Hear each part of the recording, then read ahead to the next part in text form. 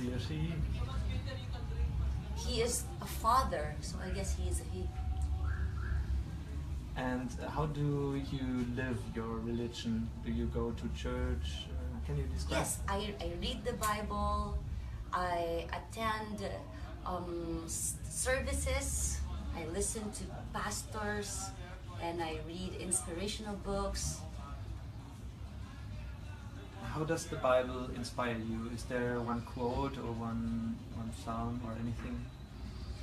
Yeah, love God, love others. It says that all the commandments can be summarized into two. You love God and love others. You are an inspiring example for a lot of Filipinos. That's at least what we experience, because whoever we asked about you, everybody was like, yeah, Mocha, she's really cool, and she's very honest. I think the honesty is what people really like about you. Can you describe how you became this person that you are now? Maybe again in a few sentences. What did you make become this? You see, we are all going to exit this world, meaning no one gets out of this world alive. We are all going to die. It's just a matter of time. And so, as long as I'm here, I just want to be true to myself and to the people and fulfill my mission, and that is to give voice to the ordinary Filipinos, because now we have a government who listens to the ordinary Filipinos. I guess a lot of times Facebook, for example, or social media is also used for fake news. I guess you heard about this. What do you think about this? Isn't this a paradox that actually Facebook at the same time helps honesty and the same with mainstream media? That is also happening right now. So that is why the citizens should be. Each one of us should be vigilant. Each one of us should do fact checking, because it's not just fake news. Fake news is not just rampant in social media. It is also rampant in mainstream media. So it's up to us to balance the news, to do research and do some fact checking. It seems to be a movement. It's not just here that people elect a person like Duterte, yes, who is not part of this biased people of the politics, like the usual politics. You can see the same in the US, I think. How would you describe this movement? Is there a movement for, yeah, I don't know, how would you describe that? It seems to be a global phenomenon. Yes, it is a global phenomenon because of the social media. And they said it is now becoming the fifth state, meaning it is really a big part of a nation, because in social media everyone has a voice, and if you want to know the pulse of the people, survey, you can get that through social media, because a lot of mainstream media are being controlled by oligarchs who have their own self-interest when it comes to politics, and they have big influence in politics, but in social media everyone is equal. And you think people can identify with you because you are just and you grow up like them, maybe. You are, as you said before, you were in a way you were normal before you became famous, right? Yes. Can you maybe describe where you come from, like your origins, and what were your first steps to become famous? I grew up in the province. And I lived a very simple life. I studied there until high school, and then I went to Manila study college. So I lived a very simple life, and I experienced being an OFW, or an overseas Filipino worker. So I can say I also feel the sentiments and also the things that OFWs go through. So I've had, a lot of experience. I can say that can make me relatable to the ordinary Filipinos. What were your first steps in media? What did you do first before you became a blogger and had several albums? Well, after dropping out of med school, I went full-time performing with the MOCHA girls, and we had, I think, Excuse me, six albums. May we have this again because they were very loud car? I'm sorry. Okay. After dropping out from med school, I went full-time performing with the MOCHA girls, and we released 6 albums with different record labels, and also we've done a couple of movies, and we also toured around the world performing for Filipinos all around the globe. In the US, Europe, Southeast Asia, and Middle East. And then now came the blog. And you were a dancer before? Yes, until now I sing and dance and do blogging on the side. And I'm sorry to ask, but I understood that you did erotic dancing too before? Sexy performances. You know Spice Girls and Pussycat Dolls? You know Pussycat Dolls? They're our inspiration. How should Germans imagine this? Like you did, what kind of dancing was it? Pussycat Dolls, like hip-hop, sexy dance, Spice Girls. Yeah. Okay. And you think it's time for people like you, who are not the usual politicians, to gain power in this society and maybe on the internet or wherever? I'm sorry, what? Do you think that people like you, normal people who became famous, should gain the power instead of the usual politics? Is it time for us to stand up and to get the power? I think it's time. Well, actually, when Duterte announced that he is going to run for president, the Filipinos used their power. And that is to voice out their opinion on social media. That they were tired of the old government who served only the oligarchs.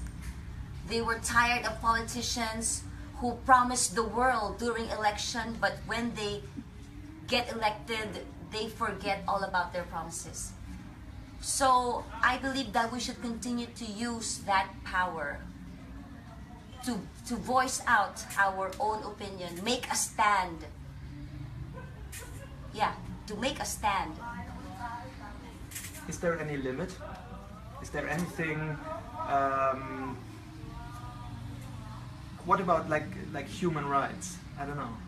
You know what I mean? Yes, of course. Duterte was criticized a lot of times because people from other countries say he doesn't respect human rights. You think the press is wrong? Of course, they are wrong. Why?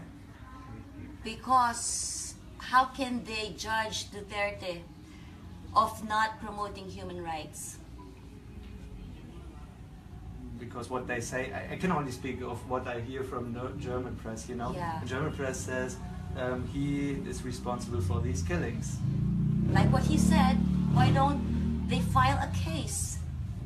Those who accuse him of killing innocent people, why don't they file a case, give a list of the names that were killed, and he said he will welcome the complaint. The problem is it's all about hearsay. He's like this, he's like that. Maybe it's because of his mouth. He says, I will kill you. But he is talking the language of the criminals. He is threatening the criminals. He would always say, do not destroy the youth of our country because I will kill you. And as a president, there is no law that says you cannot threaten criminals. So the Filipino people trust Duterte. We may not understand how he speaks, but we are happy with his actions, and that the crime rate has gone down since he sat as president, and he has exposed these government officials who are involved in illegal drug trade, from barangay captains to generals, even senators. And so this is just a start. It is a war, and it's unfair to accuse our president of violating human rights. If you think that is the case, then you should stop complaining and file a case in the court. One last question about your new job. Congratulations. I read on the newspaper that you are now a member of the MTRCB. Am I right? Yes, Movie and Television Review and Classification Board. Just a board member, one of the 30 board members. And what does that mean? What do you do there? You classify, you review films and TV programs, and make sure that it doesn't violate the values of the Filipino people. I think we need it again because of editing. Can you have this again? I am now a member of the... I am now a board member of the MTRCB, Movie and Television Review and Classification Board. And what we do is we review movies, TV programs, and make sure that they don't violate the Filipino values. May you give some examples of these values? Well, for example, when it comes to sex, it should be rated as R18. So you have to make sure that during prime time they don't show sensual scenes on television. And also when it comes to animal cruelty, animal welfare, and a lot of stuff. And what about political things? If they, for example, if there are, I don't know, maybe things which are violating politics or... Yes, well, to be frank, this is just my first day in the department, so I am still learning everything. And who teaches you in that? The other board members, and we have like a... Excuse me in a full sentence because we won't listen my question. The ones who teach me are... The ones who teach me are the board members, the chairman, and they have a booklet of guidelines and stuff like that. Okay, and will you go on with your career as a singer and dancer beside that? Yes, I will continue. I will continue with my career with the MOCHA girls, sing and dance. Yes, it will continue. Very last question. If you have one, oder Hans, hast du eine ganz wichtige noch?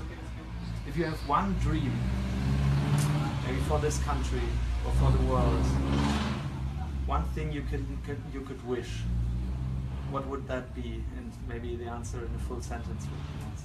For the whole world? The Philippines. For the Philippines, maybe one wish, one big wish, one dream. My wish for the Philippines and for the whole world, just like what President Duterte said, is to preserve humanity and also take care of the less privileged people, the oppressed. Like now, Let us take care and, you know, accommodate the refugees. Take care of humanity. Security, does this play a role for you? You think that's a goal too? Yes, security. Are the Philippines safe enough, you think? You're still alive. I'm kidding. You see, when you talk about security, safety, there's terrorism everywhere. Look at what happened in Jerusalem, Paris, US. There are more people dying out there than here. So when it comes to security, our president is doing everything to get rid of criminals who are pretending to be politicians. Each country has its own problem, and our problem is the war on drugs. While for the others, it's terrorism. So I wish that we will all help to preserve humanity, and each country will solve their own problem. Thank you very much. I think now it would be important for us to have some shots without talking. So what would be nice to, may we accompany you to the dressing room maybe? Yes.